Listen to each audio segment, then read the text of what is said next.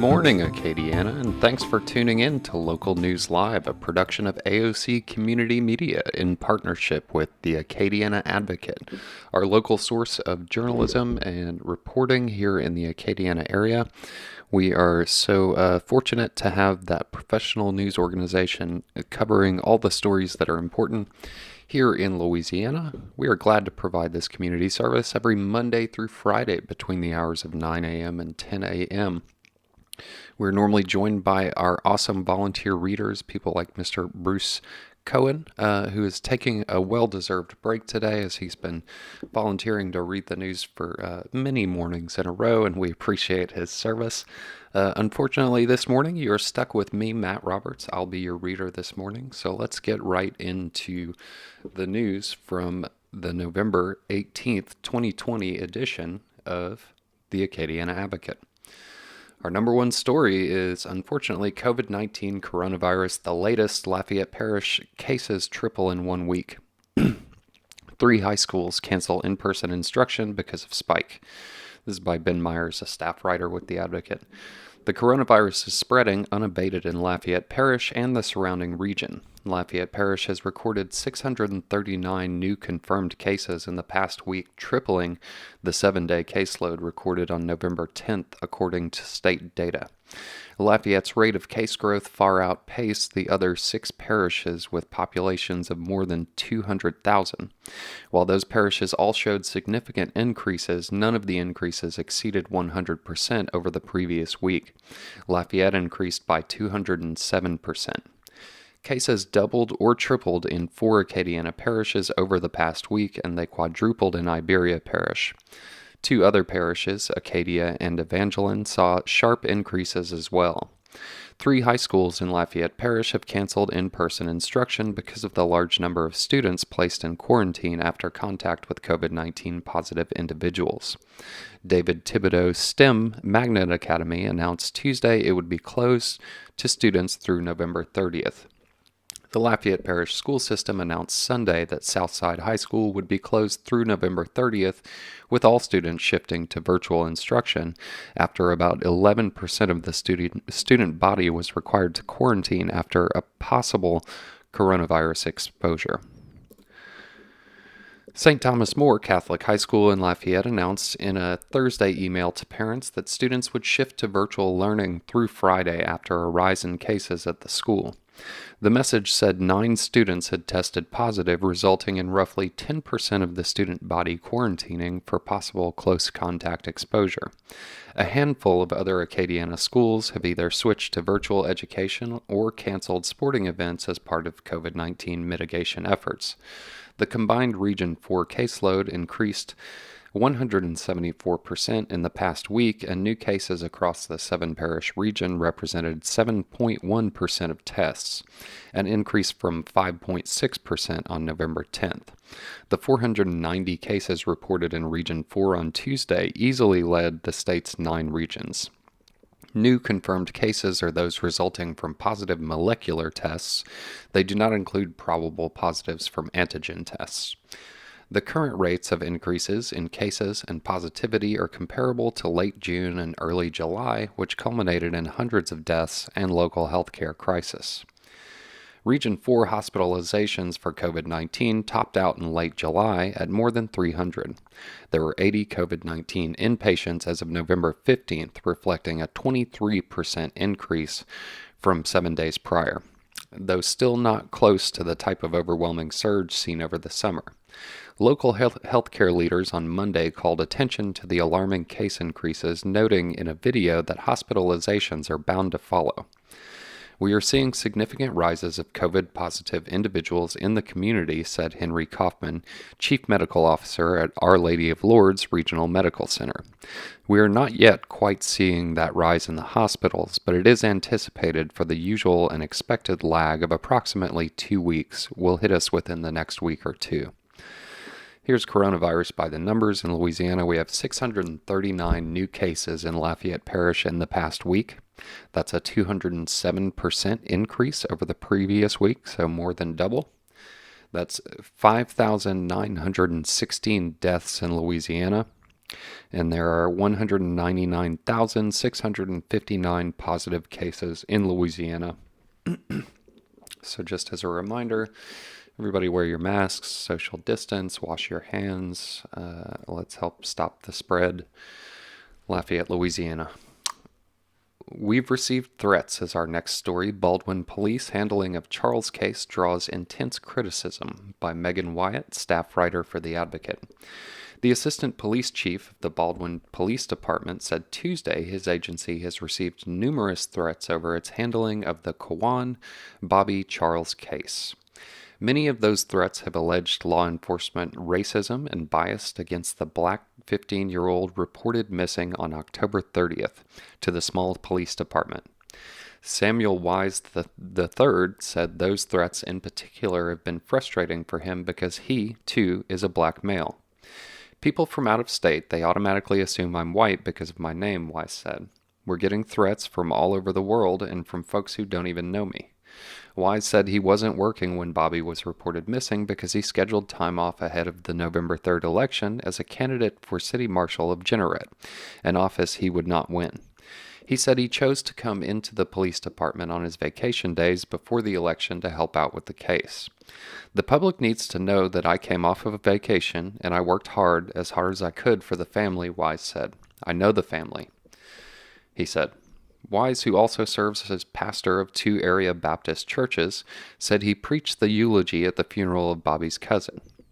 Wise said he did not know Bobby well, but saw him from time to time on his four-wheeler or in one of his church services. Wise said claims by the family and activists that his agency dismissed their concerns early on are unfair. I don't see why they'd say that, Wise said. We jumped on this immediately, he said.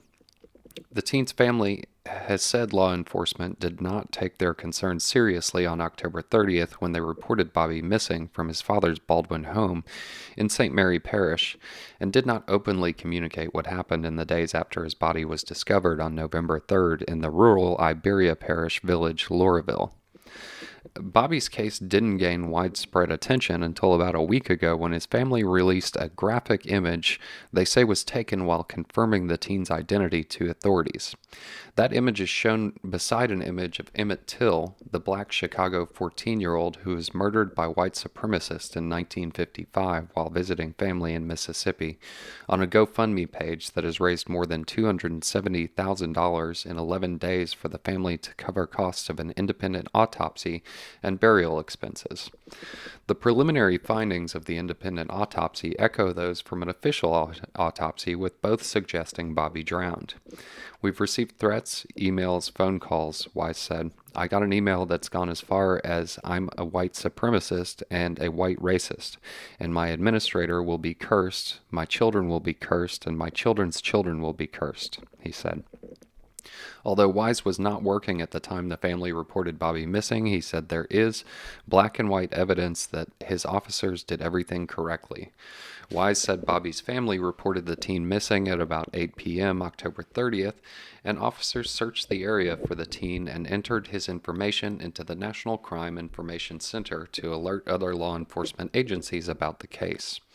The family's attorney issued a statement Monday evening questioning why the Baldwin Police Department claimed to have notified Louisiana State Police of Bobby's disappearance, but the agency had no record of it. The attorneys and activists have repeatedly said law enforcement did not take swift action in the case and have questioned whether Bobby would still be alive if an alert had been issued. Our crusade for Kawan Bobby Charles and his family will continue until justice is served, attorneys Ronald Haley, Chase Trischel, Diedrich Moore, and Ryan Thompson said in a statement. If the case didn't meet the threshold for an Amber Alert, which requires evidence of abduction, Louisiana State Police protocol is to issue an endangered/missing child advisory to media outlets across the state, according to the agency's website. Wise said his officers did not contact Louisiana State Police about issuing an Amber Alert or Endangered Runaway Teen Alert. We didn't have enough evidence or sense of how or what this kid did, Wise said. And I didn't receive evidence until some days later, and the evidence proves the same thing. A video that shows this kid was not abducted and was not kidnapped, and that he did go on his own free will with these people. The video depicts Bobby sitting in the front yard of his father's Baldwin home about 1:30 p.m., October 30th, and chasing after a silver car as it passes. After several minutes, the video shows the same car returning to the home. The video shows Bobby exiting the vehicle with another teenager and a woman. A few minutes later, Bobby and the other teen and woman return to the vehicle and drive away from the home. A state police spokesperson confirmed Tuesday that the agency had not been contacted about the missing teen and was not involved in the initial investigation. Lieutenant Nick Manale said Louisiana State Police has been assisting the Iberia Parish Sheriff's Office since Friday with the forensic analysis of the cell phone discovered with the teen's remains. Baldwin Mayor Abel Prejean has raised concerns over the Baldwin police chief's whereabouts in the days since Bobby's case has gained national attention. Prejean said he hasn't seen Baldwin Police Chief Harry Boo Boo Smith on the job in about 9 months. It's just a lack of him being around to lead and direct his police force, Prejean said by phone Tuesday. When you don't have someone around that's supposed to be leading, then the officers aren't getting the clear direction they should be, he said. Smith did not return messages left Tuesday on his cell phone for this story. Wise declined to comment on the police chief's whereabouts. If anybody had questions, they could have come and talked to me before it got to where it's at, Wise said. I just want them to be comfortable enough to talk to us, he said. In our next story, Representative Richmond to join Biden administration by Bryn Stoll, staff writer for The Advocate. U.S. Representative Cedric Richmond, will give up the seat he's held for the past decade to join President-elect Joe Biden's administration as senior advisor and director of the White House's Office of Public Engagement. The New Orleans Democrat announced the move Tuesday morning in a news conference at Lakefront Airport, surrounded by longtime supporters and a bevy of Southeast Louisiana Democrats. The Times-Picayune, the New Orleans Advocate, reported Richmond's plans a day earlier. Richmond, 47, was long seen as a favorite for the top job under Biden. He was a prominent early backer of Biden's presidential bid, signing on as a national co-chair of the campaign in May 2019, and he barnstormed the country to promote Biden even when the former vice president's chances appeared to be slipping away early in the Democratic primaries. Richmond co-chairs Biden's transition team. Nonetheless, Richmond described leaving the 2nd congressional district seat for a White House job as one of the hardest decisions I've made in my life. He said he thought the post advising the president would let him better use his influence to help Louisiana and the country. When you talk about the needs of Louisiana, you want someone in the West Wing, Richmond said. Richmond acknowledged he's walking away from what's likely a secure job. He's never faced a major challenger since winning the seat in 2010, and substantial amount of clout he'd accumulated in the House of Representatives. He'd previously served as a chairman of the Congressional Black Caucus, was promoted to a junior post in House Democratic leadership, and recently scored a coveted seat on the influential tax-writing House Ways and Means Committee. But Richmond also said he's never been in Congress when Democrats held the majority in both chambers and could control the national political agenda. In 2021, that will likely remain the case. Although Democrats hold a narrow majority in the House of Representatives, they are outnumbered in the Senate. Moving into the White House will give him the chance to move the levers of presidential power to implement change you want to see much faster than slogging it out in a gridlocked Congress. It just makes more sense in a divided government to be there, Richmond said, adding that the short-term nature of the job, presidents serve a maximum of 2 4-year terms, was worth it. You really can't just look at it being about me, he said. It's really about the community, so I have to step out and hope that over the next 4 years I can make change that will last lifetimes or for generations. Richmond did not name a date for his resignation, but said it would be before January 20th when Biden is to be sworn in as president. The most likely dates for a special election for Richmond's successor appear to be during already scheduled municipal elections in March, with a runoff in April. Governor John Bel Edwards, a fellow Democrat who congratulated Richmond on the move to the White House, said he will consult with Richmond about the timing of the exit before reaching a decision about the best time for a special election to fill his seat when it is vacant. Richmond was just reelected in a landslide to a 6th congressional term from a district that includes most of New Orleans, parts of Jefferson Parish, and the river parishes and portions of Baton Rouge. Early speculation about Richmond's widely rumored departure had already prompted jockeying amongst politicians who might succeed him representing the majority black and heavily Democratic district. The special election is widely expected to draw broad interest. The position in Congress is seen as one of the few top jobs available to ambitious Democrats in a state where, with few exceptions, Republicans dominate statewide offices, and no black politician of either party has won a statewide race since Reconstruction. Among the reported contenders for the seat are New Orleans City Council member Helena Moreno, State Senators Troy Carter, Jimmy Harris, and Karen Carter Peterson of New Orleans, and State Senator Cleo Fields of Baton Rouge, a former congressman. Also in the mix might be State Reps Royce Duplessis of New Orleans, Kyle Green Jr. of Marrero, Randall Gaines of Laplace, Public Service Commissioner Lambert Bozier III of New Orleans, and Natalie Robotham, former St. John the Baptist Parish President. Peterson, a former chair of the Louisiana Democratic Party, wasted no time launching her campaign Monday, filing paperwork with the Federal Elections Commission and launching a website championing her candidacy and soliciting volunteers. Richmond said Tuesday that he will play an active role in the race to succeed him, but he did not name a favorite. He said he expected to let the dust settle and speak with those running before deciding on whether to endorse a potential successor. New Orleans Mayor Latoya Cantrell, who attended Tuesday's announcement, ruled herself out as a candidate, but like Richmond, she said she plans to be active in the race. Richmond first captured the seat in 2010 by soundly defeating one-term Republican U.S. Representative Ann Joseph Cow. Cow had been elected in a messy 2008 election against embattled U.S. Representative Bill Jefferson, a Democrat who at the time was awaiting trial on federal corruption charges. Jefferson was later convicted and served more than 5 years in prison. Richmond said Tuesday that Jefferson, whom he described but did not call out by name, was among those he consulted before deciding to resign. A native of New Orleans, Richmond noted that he stood Tuesday morning just a short distance from the New Orleans public schools he attended as a child, listing them by name: Osborne Elementary School, Livingston Middle School, and John F. Kennedy, St. Augustine, and Benjamin Franklin High Schools. Richmond began his career in public office at 26, 1 year removed from Tulane Law School. When he was elected to the State House of Representatives, he served as a representative for 11 years before winning his seat in Congress. In heading to the White House as a friend and senior advisor to the president, Richmond said he hoped both to serve as a role model for other kids from New Orleans and be able to bring his New Orleans experience with him as he bends the ears of Biden and the president's cabinet secretaries.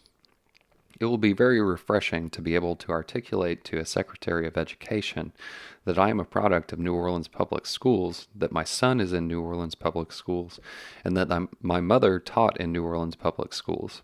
So I know what they can produce given the resources to do it, Richmond said. That's why I'm leaving, because I get to take my Louisiana experience with me to the White House to make sure that people understand our problems. All right. And our next story, New Orleans cancels parades for 2021 Mardi Gras, by Doug McAsh and Chad Calder, staff writers. For the first time in 42 years, New Orleans will not have parades during the upcoming Mardi Gras season, a dispiriting, if not completely unexpected, result of the ongoing restrictions aimed at slowing the spread of the coronavirus. The decision by Mayor Latoya Cantrell to ban crews from rolling during the 2021 Carnival, among the more significant developments in the city's ongoing battle against the virus, came via a frequently asked questions page on New Orleans city government website. Parades of any kind will not be permitted this year because large gatherings have proved to be super spreader events of the COVID-19 virus, said a prepared entry on the webpage. During a news conference Tuesday, City Hall spokesperson Bo Tidwell confirmed the ban and argued that it was always likely given the coronavirus restrictions in place, notably one that prohibits outdoor public gatherings of more than 250 people. "I don't think this should be a surprise to anyone," Tidwell said. It was among Carnival crews, many that had been taking part in the city's ongoing discussion about what Mardi Gras 2021 would look like, said they weren't prepared for the announcement. "It's a total shock at this moment," said Dan Kelly, president of the crew of Endymion, who fielded calls and messages Tuesday morning from other crews surprised at the news. Kelly had attended the mayor's Mardi Gras Advisory Committee meetings less than 2 weeks ago and said she didn't say anything about there not being any parades. Mardi Gras expert Arthur Hardy said that while many crew members agreed with the decision given the state of the pandemic, few saw it coming after Cantrell had asked them to work on potential solutions. "Why were we advised to reinvent our parades and figure out how we can socially distance, take temperatures on the floats if we knew all along, or the city knew all along, that there wouldn't be parades?" he said. "The bad guy here is the virus," he added, noting that for public officials it's a tough position to be in. The call to prohibit parades comes as coronavirus cases are rising across the U.S. as well as in Louisiana. More than 160,000 new cases were added over the last day across the country. In New Orleans, cases are also rising, though not as sharply as in many other areas. Over the past 7 days, the city has averaged about 74 cases per day, significantly higher than the goal set by the administration of 50 cases, and has seen the rate of positive tests rise. New Orleans became an early hotspot for the coronavirus in March and April, with many experts pointing to the massive crowds gathered in the city for Mardi Gras just a few weeks earlier as a potential cause. During the news conference and in other public statements Tuesday, city officials stressed that Mardi Gras wasn't canceled and couldn't be, given that it is a cultural celebration tied to the religious traditions of the Roman Catholic Church. Tidwell said that whatever Mardi Gras 2021 looks like, it will be a holiday that honors the city's traditions but is safe and follows public health guidelines. Carnival, he said, is going to look different. Now, local crews and New Orleans residents are left to sort out what the Mardi Gras season will look like without a central ritual that has long defined it. The Carnival season usually kicks off on January 6th, known as 12th Night, when several crews hold events that involve streetcar rides or walking parades.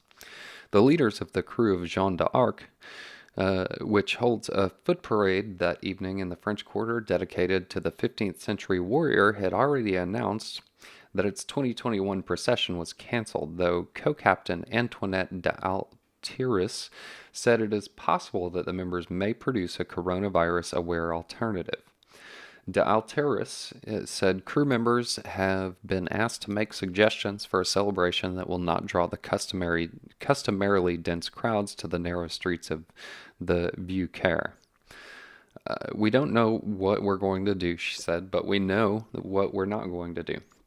Several other crews had already canceled their parades before the city's announcement. The satirical Crew de Vieux, in canceling its annual roll through the Marigny and French Quarter earlier this month, said it was planning an alternative celebration involving art installations throughout the city. Representatives of the Rex organization and the Zulu Social Aid and Pleasure Club said in separate statements that they supported the city's decision even if it was hard to take. "These are unprecedented times," said Zulu President Elroy James. "We as crew captains and leaders in the Mardi Gras community have to put our heads together and figure out what different looks like, excluding parades." This week, City Hall issued a request for community input on the NOLA.gov website to help solve the dilemma of how to produce the country's biggest party during a pandemic. According to the call for ideas, the mayor is seeking ways to prevent unstructured crowds of strangers. Mardi Gras parades have run uninterrupted in New Orleans for decades, the centerpiece of a celebratory season that draws tourists from around the world and has become a reliable economic engine for the city. But earlier in its history, wars and other calamities forced a halt in the annual celebration. Parades weren't held during the Civil War, unrest during the Reconstruction era in 1875, the yellow fever epidemic in 1879, World War I, and World War II. The last time parades were canceled was in 1979 due to a strike by the New Orleans Police Department. At the news conference, Tidwell acknowledged that the decision to prohibit parading wasn't rolled out in a normal manner, saying, "That's something I'd like to tighten up internally." All right, and moving to a little closer to home. 4. Make pitches for top SLCC job. Candidates list priorities for school's future. By Ken Stickney, a staff writer. 4 candidates for the role of South Louisiana Community College Chancellor made their pitches for the job on Tuesday in Zoom conference call forums with audiences that included the Acadiana community, students, faculty, and staff. The search is being handled by a Louisiana Community and Technical College System Committee with the goal of placing a permanent chancellor in the Lafayette-based job by spring semester. The final 4 applicants were interviewed Tuesday afternoon. Here's what they had to say. Mickey Best, a former campus president at 2-year New Mexico State University Grants, drew from a long career involved at all levels of community college education in 3 states, New Mexico, Texas, and Arkansas, during his session with SLCC students, staff, and faculty. His resume includes time as a faculty member, department chair, academic vice president, and arts program founder. He cited what he said was a record of collaboration with satellite campuses and shared governance with campuses. "I have contributions I want to provide," he said, expressing his intention to remain in a chancellor's position for 10 to 12 years if he is hired. Best said he has worked with a majority of minority student bodies and has extensive experience at campuses with Black, Hispanic, and Native American students. From one-on-one conversations at those campuses, he said, he learned the importance of hiring so that students could feel their identity is reflected on the faculty and staff. In response to questions, he suggested SLCC must be prepared for long-term efforts during COVID-19, and it must be trained to offer academics using a variety of platforms, hybrid at minimum. He also said that institutions like SLCC, which has 10 campuses, including those in 8 parishes, must be assertive, including the outlying campuses in communication and decision-making process. "We need to communicate our actions and decisions. We need to make sure the general staff is included," he said. "I'm ready, capable, and enthusiastic about going forward," he said. Heather Biggard, a vice president at Lake Sumter State College in Florida, described herself as a transformational leader who has worked in myriad administrative roles on campuses. She oversees finance, facilities, information technology, institutional research, and improvement, distance education, human resources, athletics, financial aid, legal services, and security at the institution. It includes 8,000 to 9,000 students on 3 fully developed campuses. Since taking the job, she said the campus has doubled its nursing enrollment while collaborating with local hospitals, improvements which have helped the hospitals with their staffing, while the hospitals have, in turn, helped with training and cost of the students. Biggard said the campus did not always use data effectively, but she said while data can't improve relationships, it can point to where improvement is needed. She said she is data-informed and value-driven and encourages kindness and compassion in her work. She said she no longer teaches. She has taught economics among other courses, but she worked closely with academic affairs to seek opportunities for more programs of study. Those opportunities include commercial driver's license program as well as nursing. One audience question focused on how 2-year graduates can gain respect for their academic achievements, especially when others consider the 2-year campus 13th grade. "It's about messaging," she said. "Let people see the value of their studies with proper public recognition by measuring graduate success rates after they transfer," she said. Students at her campus, after they transfer to 4-year schools, outperform students native to those campuses. "Stay home and stay local," she encouraged her audience. Adrienne Douglas sees the chancellor's job at SLCC as a road back to her native Louisiana. The former president of Cloud County Community College in Kansas said she used to teach residents there how to do a second line, and she never lost sight of her Alexandria roots. "Louisiana is in me," she said. She said she'd relish the leadership role at SLCC because of opportunities to make an impact on the lives of people in the region it serves. She said each of the 10 SLCC sites represents people and places with specific needs, which she said the community college can serve. The poverty rate, she noted, ranges from 18 to 45% in the SLCC parishes that the two-year college serves, above the state and national levels. I see that as opportunity, she said. If she lands the job, she said she'll need to tour the 10 campuses and separate communities, listen to people who serve those areas, and discuss ways to increase inclusion and generate growth. Each campus has unique needs. She said she came up through the community college on the business side. She came up through the community college on the business side, not the academic side, primarily focused on developing and safeguarding resources that focus on the money side. Does not supersede the mission of the institution, which is educating students. Douglas' contract as president was not renewed in Kansas, which she addressed directly. She said the governing board for the campus would not give her a reason for that decision, although she said she and the board members sometimes disagreed over their respective roles, the board's being the policy of the campus and hers being daily operations. A local newspaper published a letter from 15 faculty members supporting Douglas. We did a lot of good work at my time at Cloud, she said.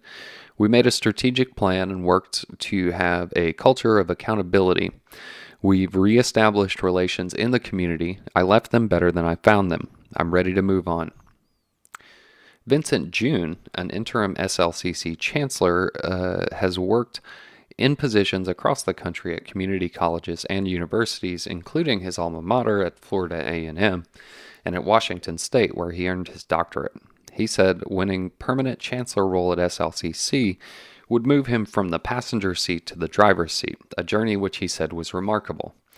Faced first with the pandemic and then the departure of our chancellor, our tires have continued to turn, he said of his leadership tenure. I have no doubt that I am ready for this position.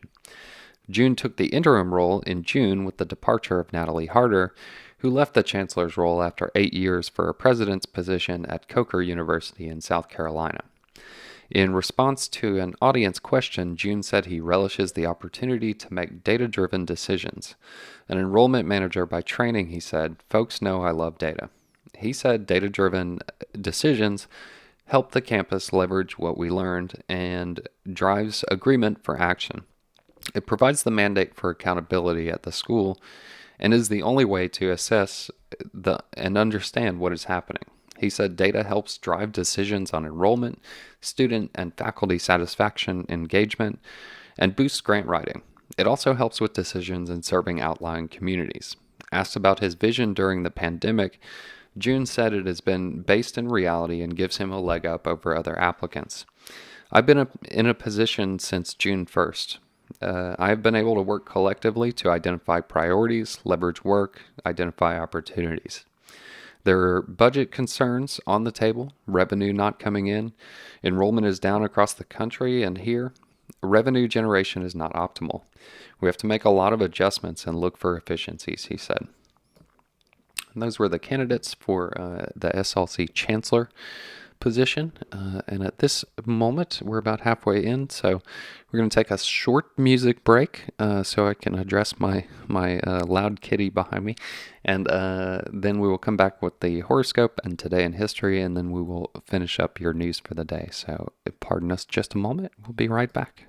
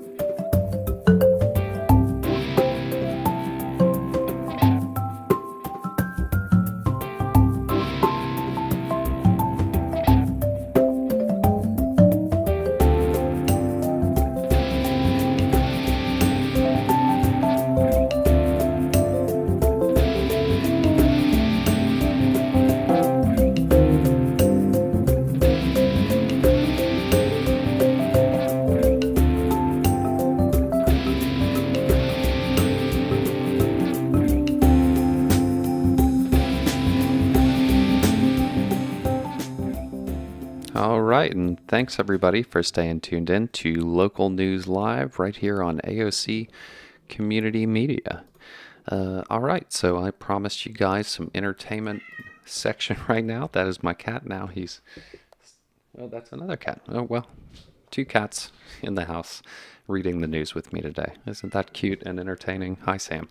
Today in History by the Associated Press. Today is Wednesday, November 18th, the 323rd day of 2020.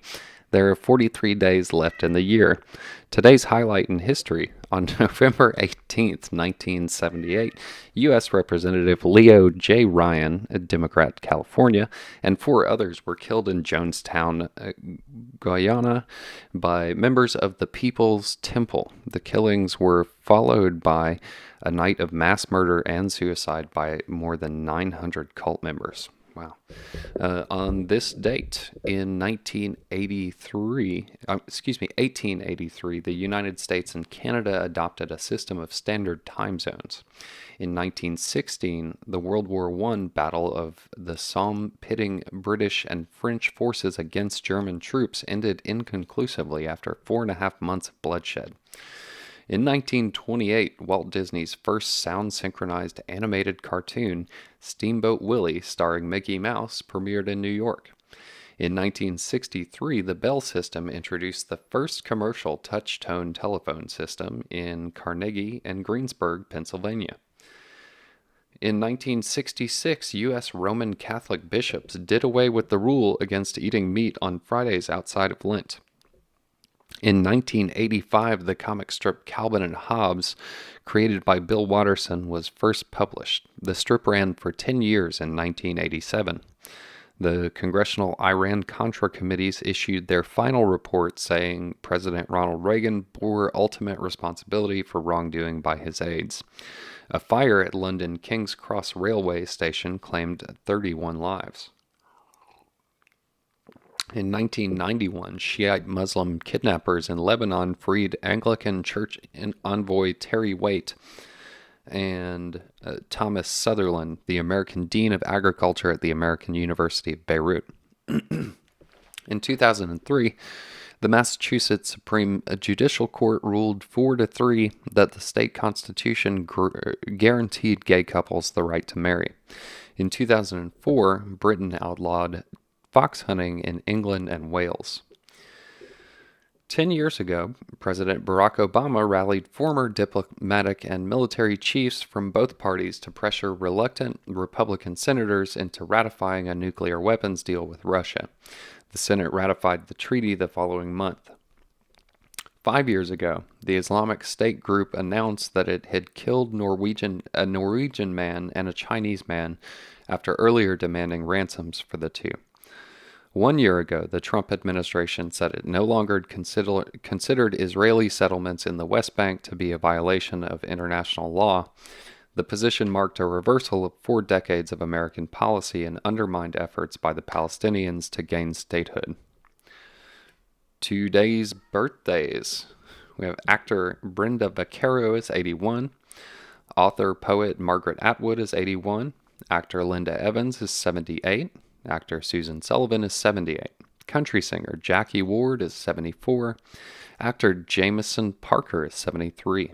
Actor-singer Andrea Marcovici is 72. Rock musician Herman Rarebell is 71. Singer Graham Parker is 70. Actor Delroy Lindo is 78. Comedian Kevin Nealon is 67. Pro Football Hall of Fame quarterback Warren Moon is 64. Actor Oscar Nunez is 62. Actor Elizabeth Perkins is 60. Singer Kim Wilde is 60. Actor Tim Guinea is 58. Rock musician Kirk Hammett of Metallica is 58. Rock singer Tim DeLauder is 55. Actor Romany Malco is 52. Actor Owen Wilson is 52. Actor Dan Bakdal is 52. Singer Duncan Sheik is 51. Actor Mike Epps is 50. Actor Peta Wilson is 50. Actor Chloe Sevigny is 46. Country singer Jesse Alexander is 44. Actor Stephen Pascal is 44. Rock musician Alberto Boff, Lucas Nelson, and Promise of the Real is 43. Rapper Fabolous is 43. Actor-director Nate Parker is 41. Rapper Mike Jones is 40. Actor Mika Cox is 39. Actor-comedian Nassim Pedrad is 39. Actor Allison Tolman is 39. Actor Christina Vidal is 39. Actor Damon Wayans Jr. is 38. Country singer T.J. Osborne of Brothers Osborne is 36. And those are your birthdays and today in history. And here is your zodiac for today. Scorpio. Knowledge is power. Gather information that enables you to bring about positive change. Speak freely and passionately about what you want to live and live life your way. Sagittarius. Remain focused on home improvements, keeping the peace and letting go of the past. Make personal growth, less stress, and better health your priorities. Romance is featured. Capricorn. Discuss your plans and get approval from those affected by the decisions you make. Letting others have a say will encourage them to help you achieve your goal. Aquarius. Look for better ways to handle or earn your money. Address uncertainty regarding a contract, a problem you face with an institution, or your health. Update your skills to suit a changing market. Pisces. Old friends will give you some valuable information.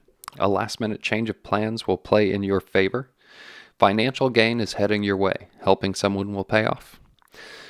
Aries. Avoid no-win situations. Find a way to overcome controversy and build better relationships with others. How you present who you are and what you want will be crucial. Taurus. Think your plans through and refuse to let anyone interfere. Don't succumb to peer pressure or mind games. Follow your heart and make positive adjustments as you advance. Gemini.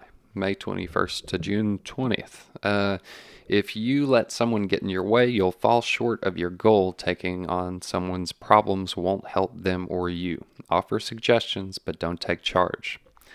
Cancers. Keep your cool, regardless of what others do. Focus on finding ways to handle capably your money and responsibilities. A unique approach to life, love, and happiness will pay off. Leos. Do what has to be done without complaint. If you raise issues, you will meet opposition. Get things done on time and avoid pointless debate. Take action instead of talking. Virgos. You've got what it takes to win. Take on a challenge, embrace competition, and make adjustments if you don't like what you see. You don't need to impress anyone other than yourself. Libra. Change what isn't working for you. Take better care of your home, family, and financial affairs. An emotional scene won't help you solve anything.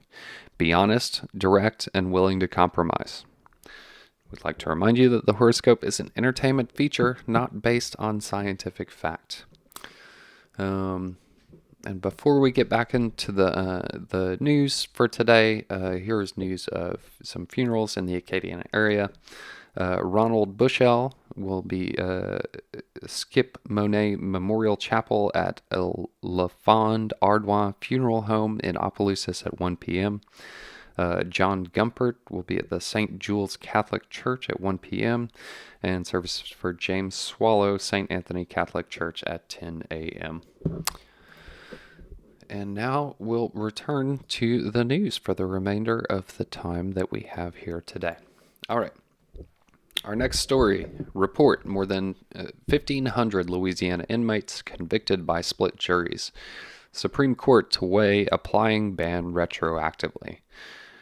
By John Simmerman, staff writer.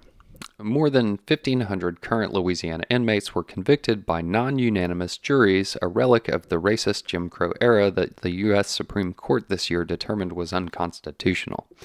The High Court's ruling so far has barred such split jury verdicts only in future cases and for those still clinging to appeals. It's still unclear what might happen to those convicted by 11-1 or 10-2 votes who are still languishing in prisons in Louisiana and Oregon, the only two states to allow such verdicts. In Louisiana, 4 in 5 of the 1,500 plus inmates serving time under split jury decisions are black. More than 1 in 4 has served at least 20 years already. The longest serving inmate known to have been convicted by a split jury has been incarcerated since 1967.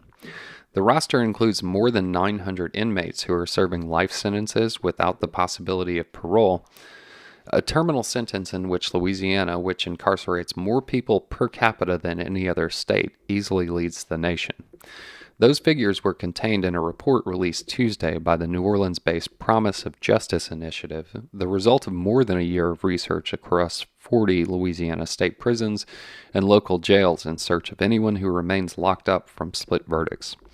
The new data comes as Supreme Court prepares to hear oral arguments on December 2nd in Edwards v. Vanoy, a case that will test the court's interest in upsetting those older verdicts by applying its April decision retroactively. The High Court skirted around the question of those older convictions when it heard oral arguments in October 2019 over the constitutionality of split verdicts. In the case of Ramos versus Louisiana, Louisiana voters had abolished split verdicts a year earlier, but only in trials for crimes committed after that election. The next year, the Supreme Court decided, after refusing more than 20 times, to revisit an anomalous 1972 decision in which the High Court upheld split jury verdicts in state courtrooms but not federal ones. The court's 6-3 decision in April abandoned that reasoning, effectively handing new trials to people convicted by split juries who, like Evangelisto Ramos, were still within the window of their direct appeals. It also required unanimous verdicts in all trials going forward. Louisiana Solicitor General Liz Murill, who works for Attorney General Jeff Landry, has argued that overturning the split verdict system retroactively would swamp the state's courts with challenges to decades-old convictions and new trials. Last year, since deceased Justice Ruth Bader Ginsburg and other justices insisted that it was a question for another day, but the High Court wasted little time choosing one. It agreed in May to take up the case of Thedrick Edwards, a life prisoner who was convicted by a split jury of aggravated rape, 2 counts of aggravated kidnapping, and 5 counts of armed robbery from a 2006 crime spree in Baton Rouge. The question for the justices is different this time, and legal experts say their concerns extend well beyond Louisiana's objection to granting new trials to so many Louisiana inmates. A decision to discard those past convictions could have implications in other legal controversies that involve overturning long-standing court rulings, such as with a brewing Supreme Court showdown over abortion. Notably, a few of the same justices who voted to overturn split verdicts seem to cast a dimmer view on applying the ruling retroactively. However, the court views it. Advocates said it was important to document which inmates are locked up on the verdicts that have since been deemed unconstitutional.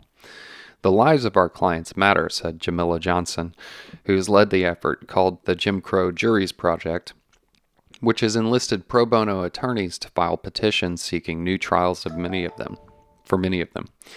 To have heard on April 20th something they all knew was true, that their convictions were unfair, that their convictions were based on a racist history, that their convictions violated the Constitution, then to go to sleep that night and know there might not be a remedy is really heart-wrenching. The project has highlighted the cases of several inmates convicted by split juries who remain in prison and the plight of their families. At a greater level, it shows us how non-unanimous jury verdicts have impacted our current prison population and the numerous policy reasons we have in the state of Louisiana to remedy this issue, she said. Speaking at a news conference on Tuesday, former lifer Curtis Davis recalled being shocked when 2 jurors declared him not guilty and his lawyer told him it wouldn't help him. Convicted by a split jury for a 1990 murder in Shreveport, he reached a plea agreement 4 years ago with the Caddo Parish District Attorney for his release on a manslaughter conviction. We know it's wrong, but we still have 1,500 people incarcerated in Louisiana on this almost evil, bogus law, he said. The Advocate in 2018 published the results of exhaustive research on 6 years of jury trial data from parishes across Louisiana. The newspaper found that 12-member juries ended with divided guilty verdicts 40% of the time, and black defendants were 30% more likely than white defendants to be convicted by split juries. More limited data from East Baton Rouge Parish and elsewhere showed that black jurors were still far more likely to convict than not. Were more than twice as likely to dissent from a guilty verdict as white jurors.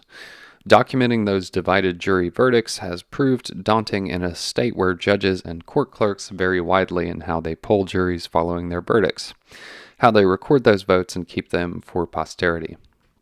Johnson said they were able to verify 1,543 split verdicts so far through court files, transcripts, and appeal court records, with perhaps others that still could be added. There's some indication of split verdicts about 500 other cases in which verification fell short, she said. Much as this newspaper found, the report found a greater share of black inmates convicted by split juries at 80% than the 67.5% of the wider prison population that is black. The Supreme Court will hear arguments in the Edwards case on a day that is likely to draw a national focus on the High Court. It is also scheduled that day to consider whether the House of Representatives, as part of its impeachment of President Donald Trump, could legally subpoena federal grand jury materials from former FBI Director Robert Mueller's investigation of Russian interference in the 2016 election. All right.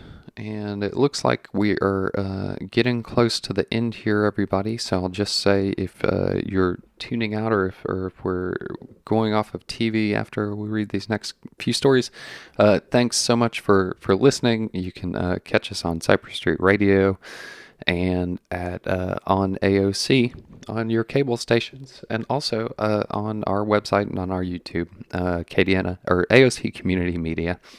Just search for us on Google or on YouTube or anywhere you are looking for information. All right. So let's see. Let's go. I'll try and get through our one sports story for today, or the one sports story we have. And of course, if you want to read the rest of the news, you can do so at theadvocate.com. All right. So hot UL volleyball squad heads to Sunbelt tourney. Cajuns going in highly motivated, by Dan McDonald. Special to The Advocate. To end a very different volleyball season, the Ragin' Cajuns will wrap up their fall schedule in a different Sunbelt Conference tournament. The Cajuns, 17-5, 11-5, who were limited to a handful of early season non-conference matches and to play against only their Sunbelt West Division rivals during the season, will be part of a 12-team, multiple-format tournament that begins Wednesday at Foley Sports Tourism Complex in Foley, Alabama, I think. Because of the coronavirus pandemic and its effects on scheduling, the league tournament will include all 12 teams for the first time.